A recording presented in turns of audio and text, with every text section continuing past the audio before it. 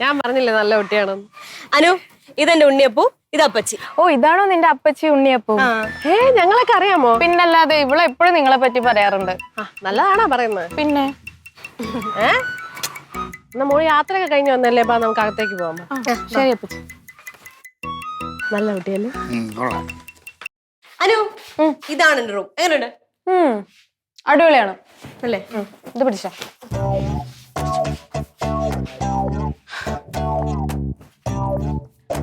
ആ, ഇതാണോ നിന്റെ ഫാമിലി? ഇതാണോ? ഇത് എന്റെ അച്ഛൻ, അമ്മ, ചേച്ചി. ആ, നിന്നെ കാണാൻ അമ്മയെ പോലെ ഉണ്ടല്ലോ.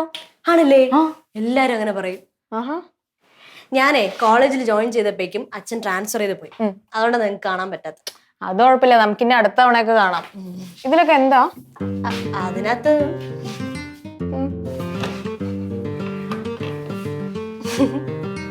അതൊന്നും ഇല്ല. നിനക്ക് വിശക്കണില്ലേ? പിന്നല്ലാതെ വിശന്നിട്ട് കണ്ണ് കാണുന്നില്ല.